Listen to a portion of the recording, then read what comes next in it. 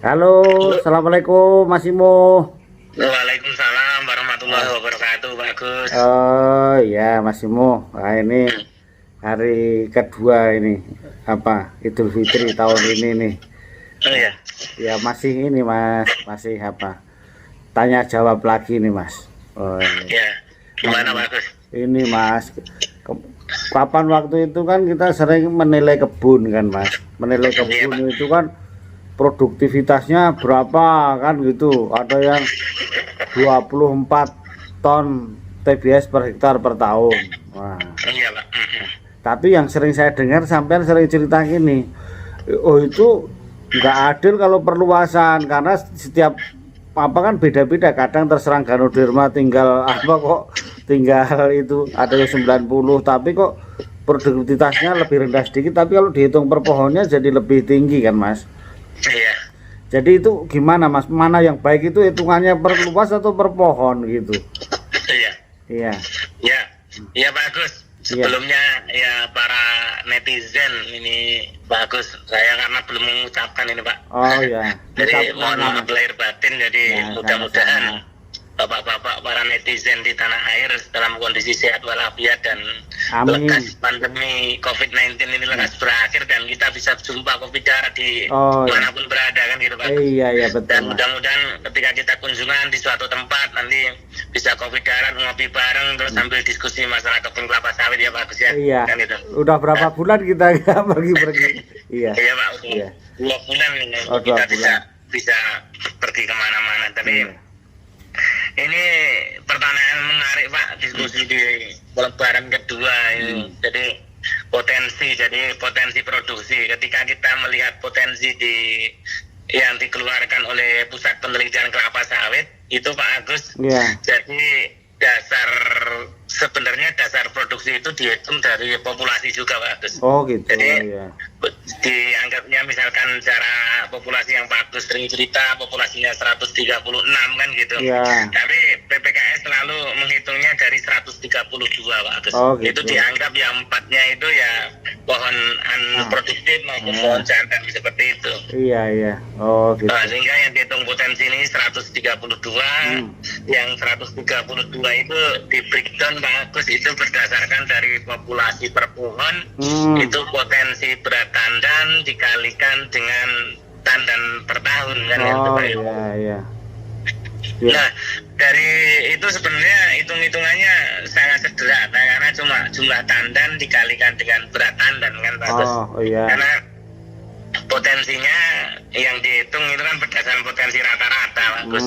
Iya. Jadi bukan potensi per umurnya bisa kita lihat breakdownnya bisa dilihat, tapi setidaknya itu yang dilihat adalah rata-rata. Misalkan kan gini, kalau tanaman sudah berumur di atas 10 tahun, potensi jumlah pelepahnya itu kan antara 18 sampai 24 pelepah Pak Gus. Oh iya. Jadi kalau sudah di atas 10 tahun potensi mengeluarkan bunga betinanya juga antara 9 sampai dengan 12 tandan kan gitu Pak Gus. Iya betul. Nah kita ngambil titik tengahnya itu sekitar 10 tandannya saja. Itu dikalikan PCR yang normal ini Pak Gus. Ini bicara normal itu kira-kira kan kalau normal itu 20 kg Pak Gus. Oh iya. Walaupun para netizen, Pak tempat saya udah ada yang 70 kilo, yang 60 kilo, 45 kilo, tapi kan kita berbicara yang kondisi normal saja kan gitu. Jadi kalau dikalikan itu Pak Agus, seyogyanya dengan perawatan normal tapi bukan maksimal ini. Jadi normal misalkan PCR itu 20 kilo dikalikan dengan tandannya tadi kita 10 kilo Pak, dengan jumlah tandannya per tahun itu 10 tandan Pak Agus. Itu seyogyanya kemampuan tanaman untuk kondisi normal itu bisa 200 kg per pohon Pak Agus. Oh iya. Nah sekarang kan dianggapnya yang kemarin pertanyaan yang Bapak sampaikan yang dari Pak Saman Barat itu yang Pak saya di areal berbukit ini mau nanam 118 atau berapa kemarin ya sekarang kan tinggal mengalihkan kan gitu, tinggal misalkan 118 dikalikan 200 kilo itu kan potensinya kan 23,6 ton Pak Agus seyogyanya. Tapi dipastikan semua pohon yang ada itu berkontribusi terhadap produksi. Nah itu tadi. Nah, tapi itu kondisi pas normal pas-pasan ini Pak Gus. Oh, Ketika iya. ngebus pupuknya terlalu tinggi, pemeliharaannya lebih maksimal lagi, itu bisa lebih dari ini Pak, bisa sampai 40% di atas ini kan gitu Pak Oh Gus. iya betul. Makanya ketika Bapak melihat potensi yang ngambi itu yang ngambi yang ada di apa namanya di ini Pak Gus, itu kan 39 ton Pak Gus. Iya, pernah kita dibagi Pak. dengan 132, jadi kemampuannya itu bisa sampai 295 kilo per pohon. Oh. Karena memang berat tandanya rata-rata kan 30 kilo kan gitu. Iya. Dan itu para netizen sebagian besar di tanah air juga sudah tahu kalau yang ambil ini tandanya nanti gede-gede kan gitu. Betul. Jadi itu bukan hal yang tidak mungkin, tapi memang mungkin kan gitu Pak Agus, karena sudah terjadi kan gitu. Iya. Ya. Nah, itulah yang saya sering dengar sampai ngomong. Wah ini kalau bagus rata-rata itu ya satu pohon 200 kilo yang sering saya dengar itu kan. Iya betul Iya. Pak Agus. Jadi berbeda Pak. Nanti ini kan yang kita sampaikan kan di tanah mineral. Nah kalau di tanah gambut nanti akan PCR-nya akan turun, tandanya akan lebih banyak bagus. Jadi kalau di gambut itu kelebihan karena airnya tersedia sepanjang waktu apabila tata airnya itu kemampuan tandanya malah bisa melebihi kelas lahannya. Bisa sampai 14, 15. Hanya PCR-nya itu kadang-kadang kisaran 15, 16 kan gitu bagus. Tapi kalau dikalikan kan juga sama bagus. Misalkan kan bagus ketika potensinya 15 tandan dikalikan dengan mohon maaf kalau PCR-nya 15 kilo Pak Agus, dikalikan tandannya juga sekitar 15 juga Pak Agus, kan bisa juga dapatnya 225. Iya betul. Kan gitu. Jadi kalau dikalikan dengan ini potensinya juga akan tinggi kan gitu Pak Agus. 20-25 dikalikan 132 aja udah 29 ton juga kan gitu Pak Agus. Jadi bukan berarti di gambut, dan ini sudah banyak Pak kebun-kebun yang memang sudah mendapatkan potensinya. Tetapi bagaimana kita memerawat saat ini yang kita rawat itu adalah individu pohonnya, bukan hektarannya kan gitu Pak. Iya, itu yang mau saya bilang Mas Imo. Saya itu mau bilang gini. Sering saya dengar dari sampean juga, kontribusi masing-masing pohon itu jadi penting gitu. Iya kan Mas Imo? Iya Pak.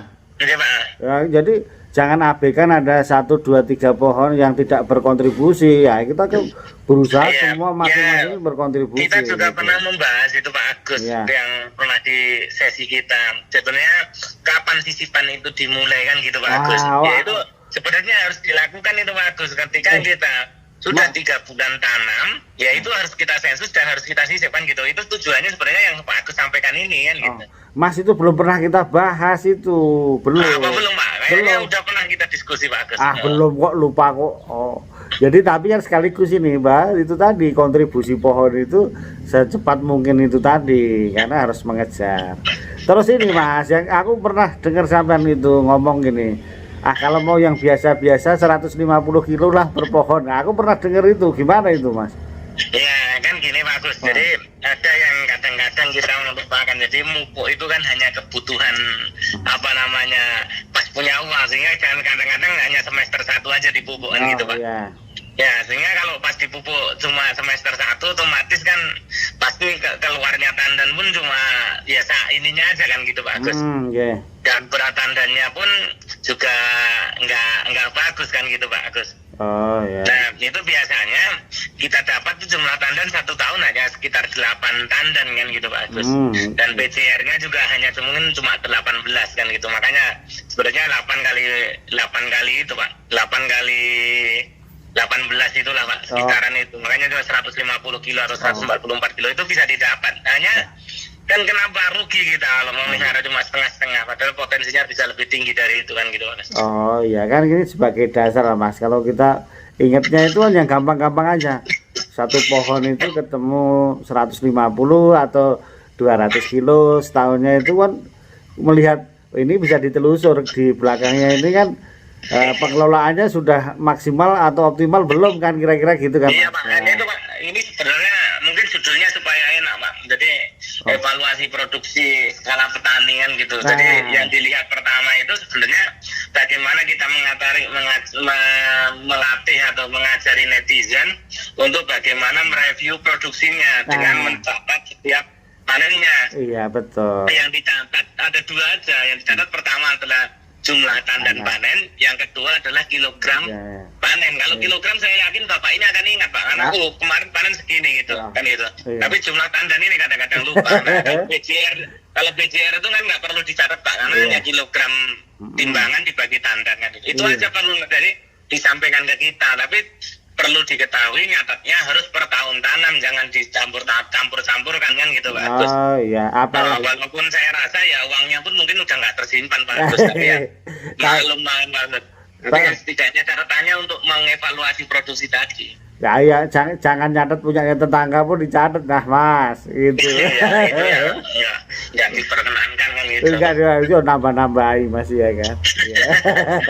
Ya tapi setidaknya kalau ya bapak-bapak pekebun semua mencatat, kita pun bisa membantu untuk mereview produksinya itu sudah dapat maksimal atau belum kan gitu Pak Gus. Betul. Nanti di akhir tahun pas awal-awal Januari silahkan di-share ke sama kita.